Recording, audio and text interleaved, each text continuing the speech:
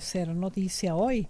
El presidente de la República, por cierto, estuvo ayer haciendo, conjunto al Partido Socialista Unido de Venezuela, el simulacro del 1 por 10 como el mecanismo que ha utilizado el partido de gobierno desde que era MBR prácticamente para la movilización del voto en las elecciones. Resultados positivos del 1 por 10. Ya seguramente tendremos a los voceros o voceras aquí para que nos den los detalles de esta movilización que se realizó ayer, este simulacro del 1 por 10. Pero vamos a conversar con nuestro invitado que está aquí en el estudio, Antonio Ecar, candidato presidencial de la Alianza del Lápiz. ¿Cómo estás, Antonio? Siempre bienvenido. Esther, encantado de estar aquí.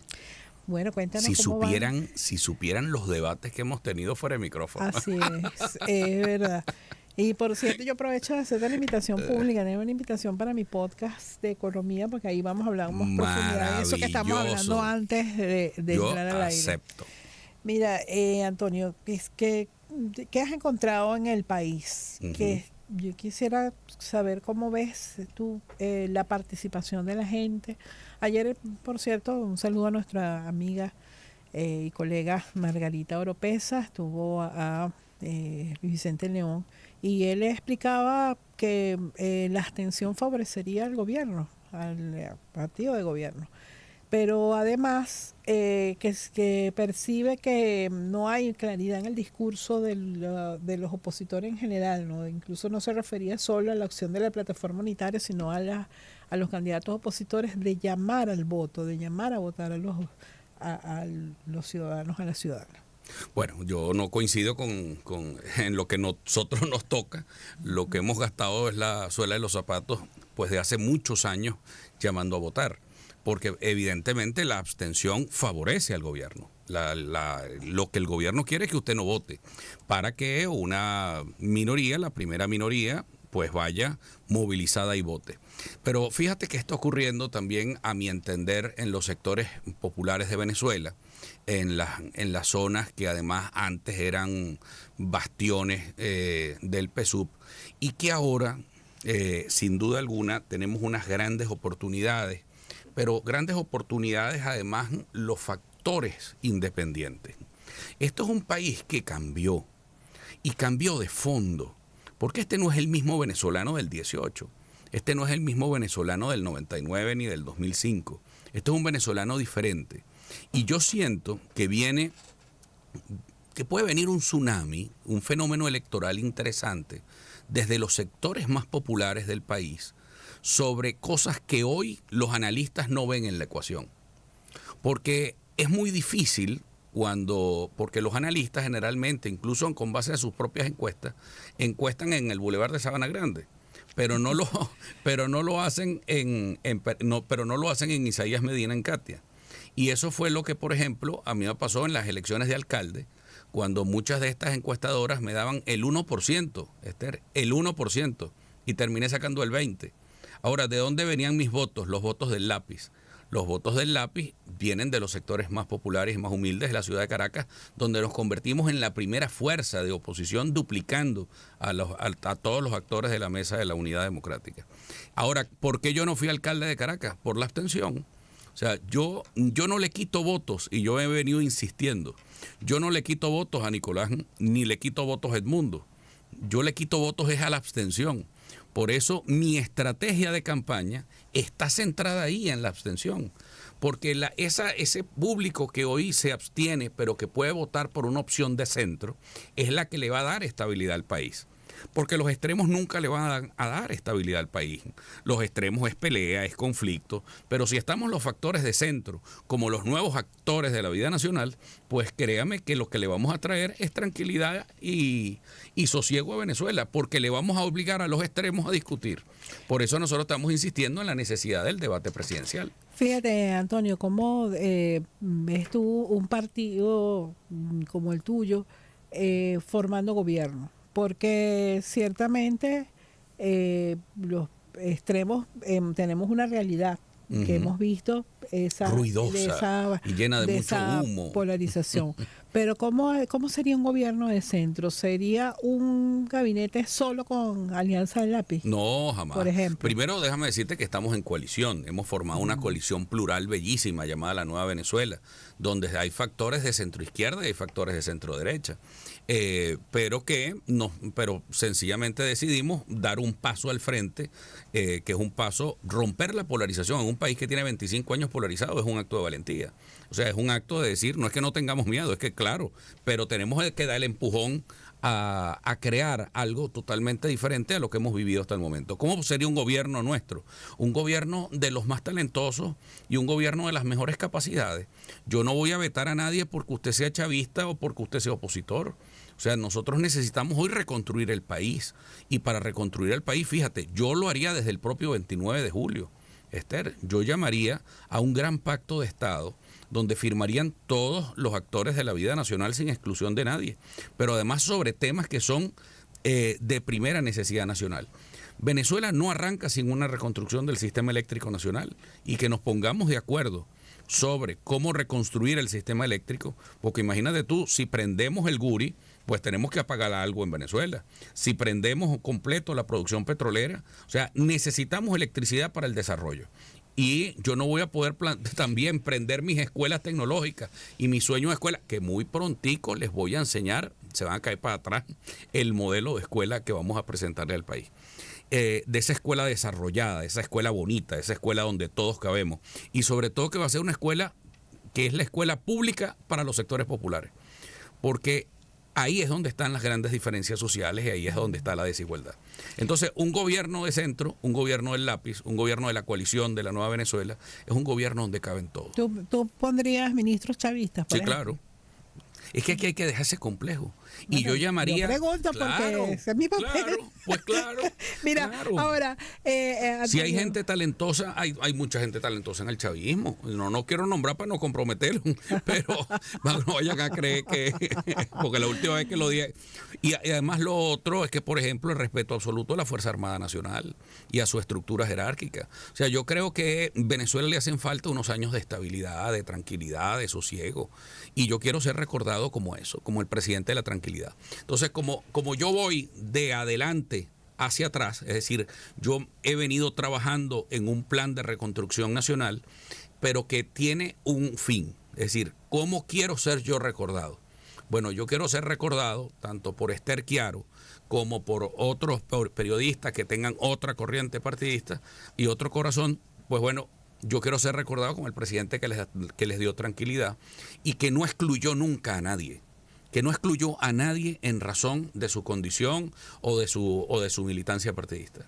Entonces, por eso estoy enfilado en que es la única manera de atraer inversiones a Venezuela para recuperar la producción, para yo poderle pagar a los pensionados, para ser un país culto, que para mí es muy importante. Yo creo que Venezuela, de los niños de los sectores populares, esos niños que están en el sector popular, Alberto Roya de allá de Villa de Cura, que la visité este fin de semana y que me recibieron, y quiero mandarles un abrazo y un beso gigantesco a todas esas madres que estaban allí, a los chamos que estaban allí, chamos que hoy no tienen escuela, Esther, que no se están alimentando adecuadamente. Esos venezolanos son a los que yo quiero proteger, a los que yo les quiero dar oportunidades, y por eso la necesidad de un gobierno centro independiente que además pueda llamar a los mejores venezolanos a que podamos reconstruir el Estado y que podamos reconstruir las instituciones.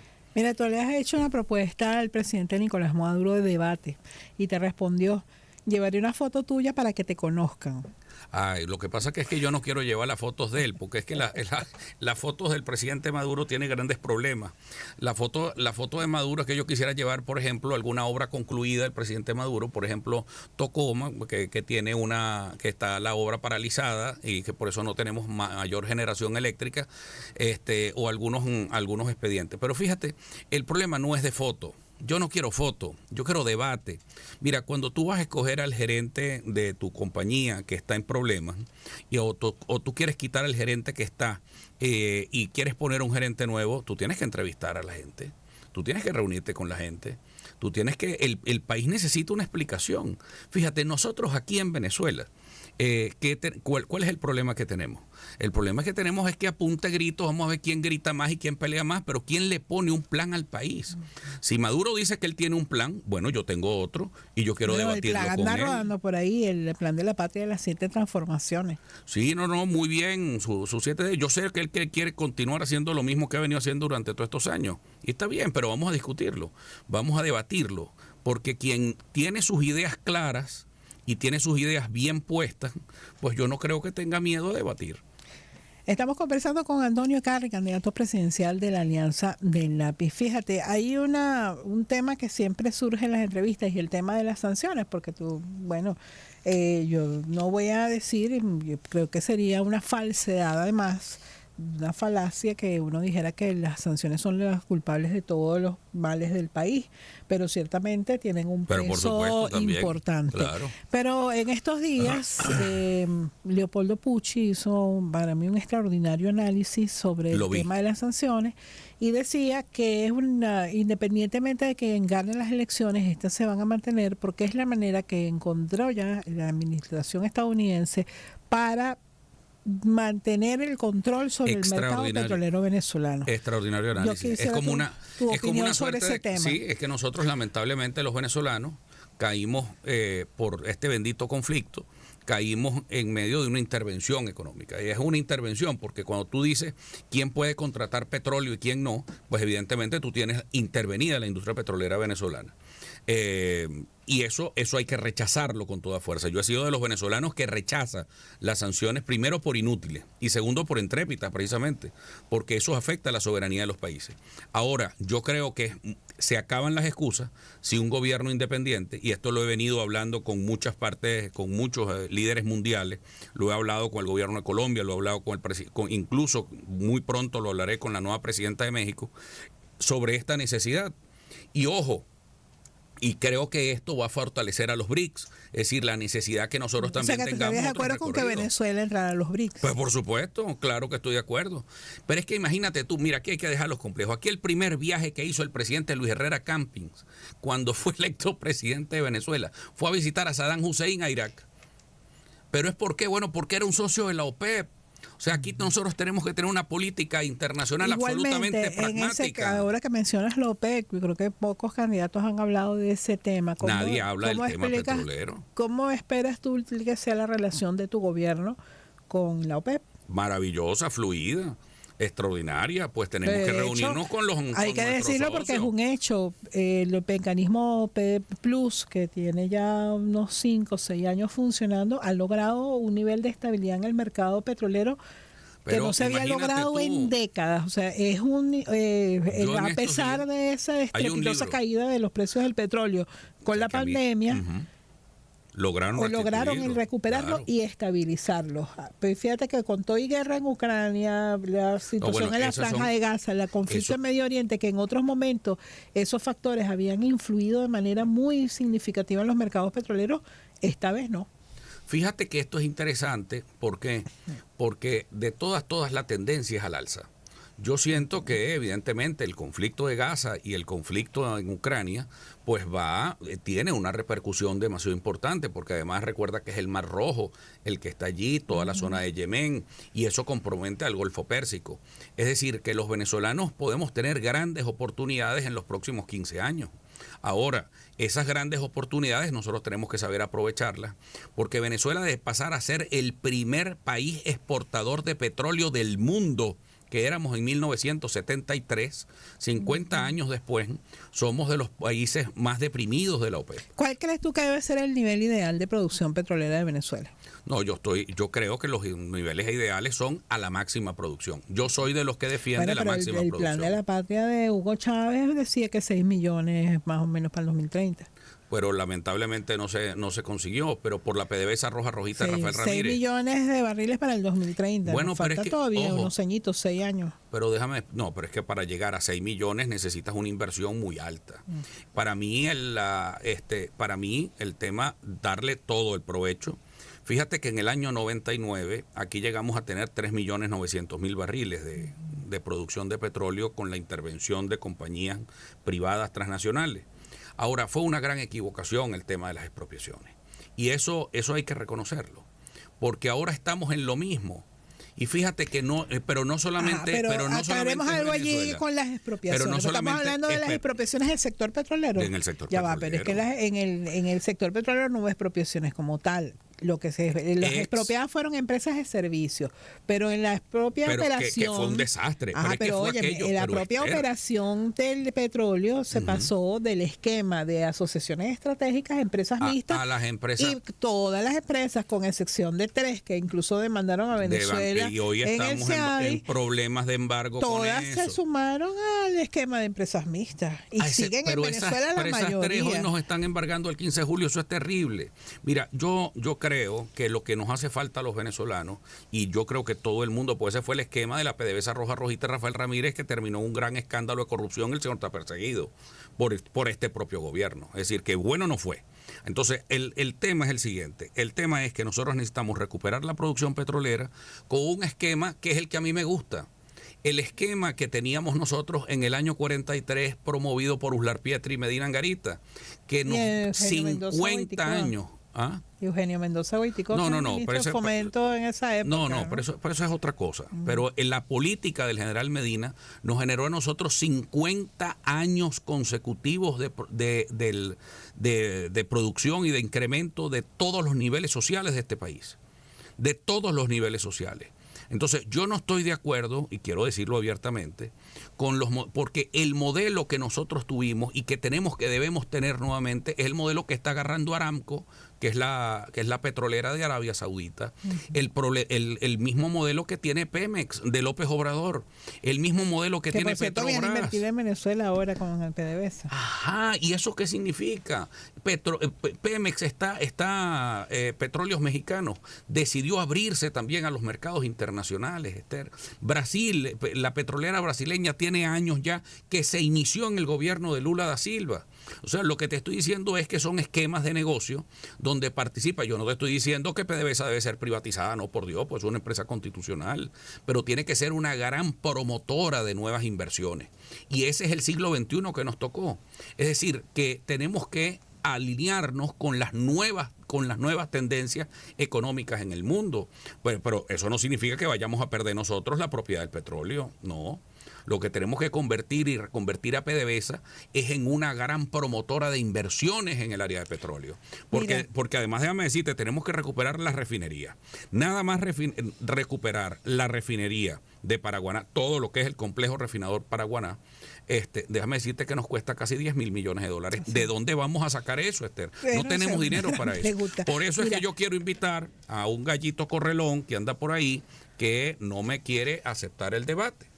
Pero tú eres pataruco. No, los gallos finos, mira, el gallo fino y el gallo pataruco se deciden en la arena. Bueno, eso es cierto. Y siempre se nos queda cortico el tiempo. Un último comentario que te quería pedir sobre el tema de la observación internacional. Bueno, yo creo que ya es casi imposible que la Unión Europea tenga observación por las razones políticas que ya conocemos, ¿no? Es muy lamentable, porque nosotros siempre hemos querido que aquí esté todo el mundo, que venga todo el que quiera. Porque eso no es violación de soberanía, eso es simplemente que le demos además la apertura a los mismos que les vamos a pedir inversiones.